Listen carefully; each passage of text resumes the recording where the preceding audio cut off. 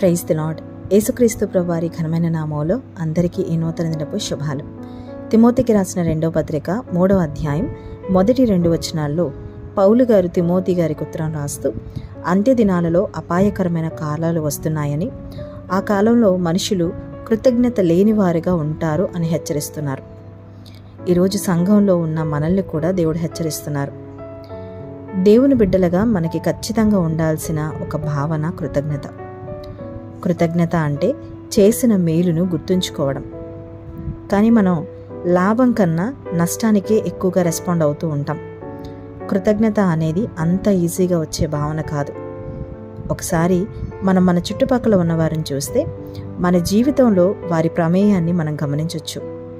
రోజు మనం తినే ఆహారం మన దగ్గరికి రావడానికి విత్తనాలు నాటిన రైతు దగ్గర నుండి కోత కోసేవారు, దాన్ని అమ్మేవారు, షాప్కి తీసుకొచ్చేవారు, అక్కడి నుండి కొనేవారు, వండేవారికి ప్రమేయం ఉంటుంది. వీళ్ళెవ్వరి ప్రమేయం లేకుండా ఆహారం మన దగ్గరికి రాదు. ఆ ఆహారం తయారవ్వడానికి చాలా మొక్కలు కూడా అందులో పాలిభాగస్తులవుతాయి.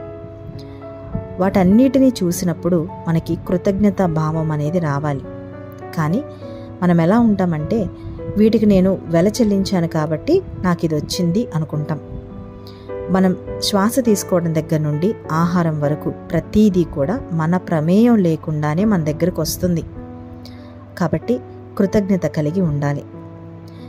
ఈ ప్రాసెస్లో చేయాల్సిన మనుషులు కానీ లేదంటే మొక్కలు కానీ ఆ పని చేయలేకపోతే మన దగ్గర ఎంత డబ్బున్నా ఆ వస్తువు మనకు దొరకదు.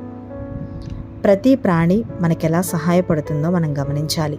అలా గమనిస్తే కృతజ్ఞత అనేది మనకి తెలియకుండానే ఆటోమేటిక్గా వచ్చేస్తుంది. థ్యాంక్ యూ అని నోటి మాటతో చెప్పడం కాదు, నిండు హృదయంతో ఆ కృతజ్ఞతను మనం తెలపాలి. మనకి మన చుట్టుపక్కల ఉన్నవారు తెలియకపోయినా మన జీవితంలో ప్రతి క్షణంలో వారు మనకి అన్నీ అందిస్తున్నారు అని మనం తెలుసుకోవాలి. మరి మనుషులకే ఇంత ప్లేస్ ఉంటే మన జీవితంలో, ఈ భూమి తిరగడానికి, సరైన క్రమంలో కాలాలు రావడానికి, సరైన సమయంలో వర్షాలు పడడానికి కారణమైన దేవునికి మనం ఇంకెంత కృతజ్ఞత కలిగి ఉండాలి. ఆయన సెలవు లేక భోజనము చేసి సంతోషించుట ఎవరికి సాధ్యము అని ప్రసంగి గ్రంథం 2వ అధ్యాయం 25వ వచనంలో మనం చూస్తాం. అంతేకాదు, యేసుక్రీస్తు ప్రభువారు తానే స్వయంగా కృతజ్ఞతాస్తుతులు చెల్లించినట్లుగా మనం సువార్తల్లో కూడా చూస్తాం. మత్తయి సువార్త 26వ అధ్యాయం 27వ వచనంలో చూస్తే, మరియు ఆయన గిన్నె పట్టుకొని కృతజ్ఞతాస్తుతులు చెల్లించి వారికి ఇచ్చి, దీనిలోది మీరందరూ త్రాగుడి అన్న మాటను మనం అక్కడ చదువుతాం. పాత నిబంధనలో కూడా కృతజ్ఞతను కృతజ్ఞతార్పణ రూపమైన బలిగా కూడా మనం చదువుకుంటాం. అందుకే ఇశ్రాయేలీలు కృతజ్ఞతగా బలిని అర్పించేవారు. మనం ఇవ్వవలసిన అర్పణల్లో కృతజ్ఞత అర్పణ కూడా ఒకటి.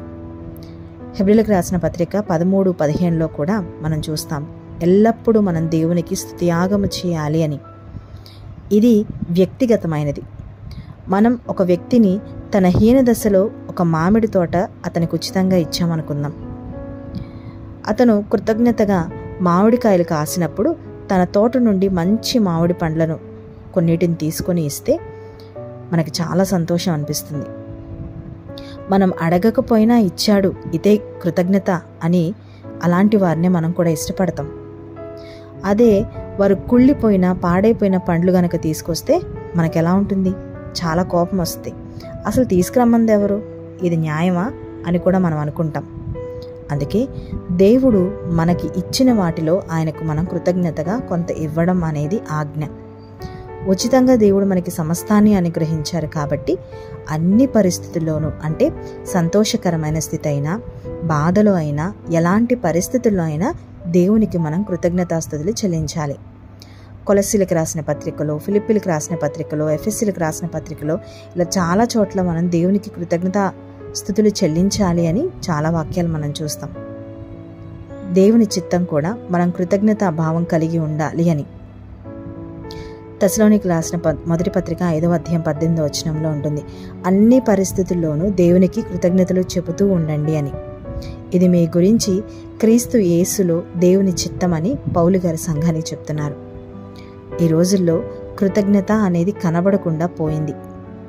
కానీ దేవునితో సహవాసం ఉన్న మనం కూడా కృతజ్ఞత లేకుండా ఉంటే, ఆ పనివాడు కుళ్ళిపోయిన పండ్లను తెస్తే యజమానికి ఎలా కోపం వస్తుందో, అలానే మన యజమానికి కోపం వస్తే, మనం చాలాసార్లు మనకు తెలుసు దేవునికి కోపం వస్తే ఏమవుతుందో. దేవునికి కోపం వస్తే అది ప్రకృతమైన చూపిస్తారు. మనకి జీవనాధారం ఏదైతే ఉందో దాని మీద ఉంటుంది. కాబట్టి మనం ఏ స్థితిలో ఉన్నా దేవునికి కృతజ్ఞతాస్తుతులు చెల్లిస్తూ, సాటి మనిషి మనకి ఏ విధంగా సహాయపడుతున్నారో ఆలోచించి కృతజ్ఞత కలిగి ఉండే కృప దేవుడు మనందరికీ అనుగ్రహించునుగాక. ప్రార్థన. పరిశుద్ధుడా, ప్రేమగల తండ్రి, దయగల ప్రభా, మీరు మాకు ఇచ్చిన మరొక నూతన దినానికే వందనాలు. దేవా, ఈ భూమి మీద నివసిస్తున్న ప్రతి జీవి ఒకళ్ళ మీద ఒకళ్ళు ఆధారపడి బ్రతకాల్సినట్లుగా మీరు నియమించినందుకు వందనాలు తండ్రి. దాని ద్వారా కృతజ్ఞత అంటే ఏంటో, ఒక వ్యక్తి లేకపోతే ఇంకొక వ్యక్తికి ఎలా విలువ ఉండదో అది గ్రహించుకోగలగడానికి సహాయం చేయండి. దేవా, ఏ పరిస్థితుల్లో అయినా మేము కృతజ్ఞత కలిగి ఉండే మనస్సు మాకందరికీ అనుగ్రహించండి. ప్రార్థనలో ఏకీభవిస్తున్న ప్రతి బిడ్డను మీరు పేరు పేరున జ్ఞాపకం చేసుకొని కుటుంబాల్లో ఉన్న లోటుని తీర్చి, దేవా, అనారోగ్యంగా ఉంటే బలపరిచి, శక్తినిచ్చి, స్వస్థపరిచి, ఇవాళ ఉన్న ప్రయాణాల్లో, ఆ పనిపాట్లలో అన్ని విషయాల్లో మీరే మాకు తోడుగా ఉండమని యేసుక్రీస్తు ప్రభువారి ఘనమైన నామంలో అడిగి వేడుకొని ప్రార్థించి పొందుకొని ఉన్నాము తండ్రి. ఆమేన్.